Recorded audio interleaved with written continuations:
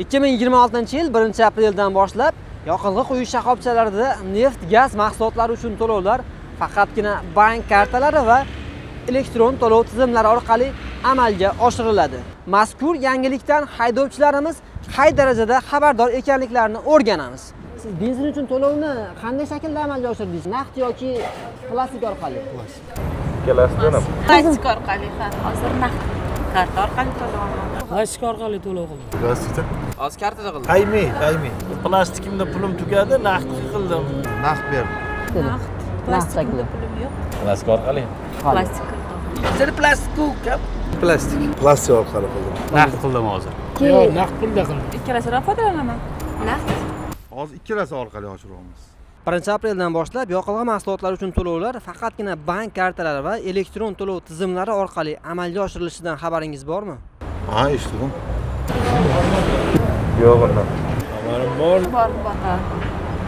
Ha, bir eshitgandek bo'ldim lekin. Xabarim bor. Bor. Xabarim bor. Xabarimiz bor. Xabarimiz bor. Bor xabarim. Eshitdim. Da. Ko'rib o'qiyapmiz. Mana endi eshitdim, endi xabarim bo'ladi sizlardan. Reklamasini ko'rdim. Bor. Shunaqa deyishyapti, xudo xolasa plastik o'tamiz. Yo'q, xabarim yo'q. Hozir eshityapman endi. O'zi nima deb o'ylaysiz? To'lovni karta orqali qilgan yaxshimi, naqd pulda qilgan yaxshimi shu zapravkalarda? Farqi yo'q. Endi u davlat ishchilarga qulaydi. Anchadan beri plastikdan to'layman. Menga foydali, chunki hamma oyliklar plastik kartaga tushiryapti hozir. Plastikdan muomala qilish har taraflama qulaydi.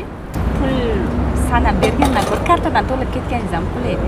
Karta orqali lekin to'lash osonroq bo'lsa kerak deb o'ylayman. Kimgadir yengil, kimgadir og'ir deb o'ylayman bu narsani.